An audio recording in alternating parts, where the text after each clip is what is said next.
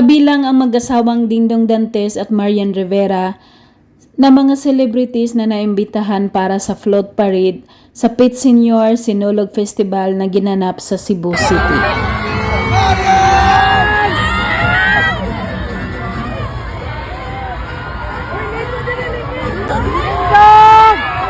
Dinumog na maraming tao ang naturang Sinulog Festival Float Parade.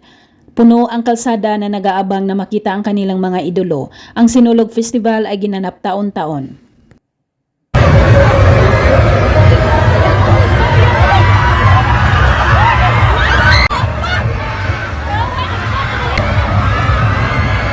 Hindi magkamayaw ang sigawan ng mga tao lalo na't sa pagdaan ng sinasakyan ng mag-asawang Marian Rivera at Dingdong Dantes na walang tigil sa pagkaway sa kanila.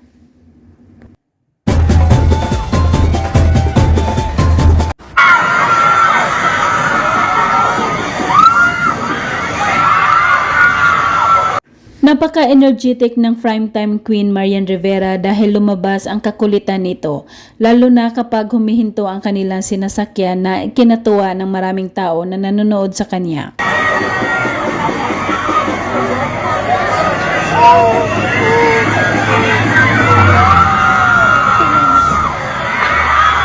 Ginawa din niya na magtago at binubulaga niya ang mga tao na nakatingin sa kanya. Hataw na hataw ito sa pagsayaw habang nasa likuran lang ang kanyang asawa na si Dingdong Dantes.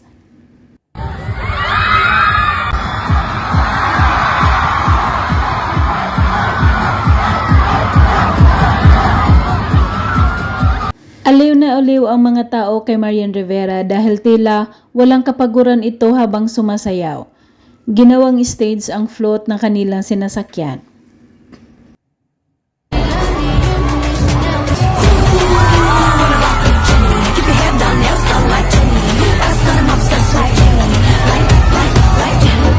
Habang umaandar ang kanilang sinasakyan, biglang may napansin si Marian Rivera na malaking iguana at napakaganda ang kulay nito kaya nag-request siya kung pwede niyang mahawakan.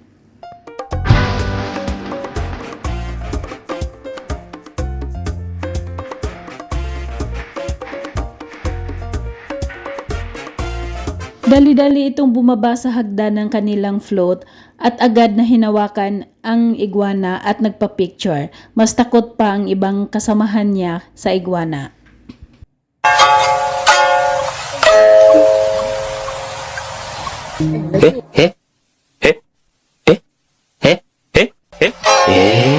Inabot na ng gabi bago matapos ang kanilang Sinulog Festival Float Parade. Pero napaka-press pa rin na mag-asawa na walang tigil sa pagngiti at kumakaway sa mga tao.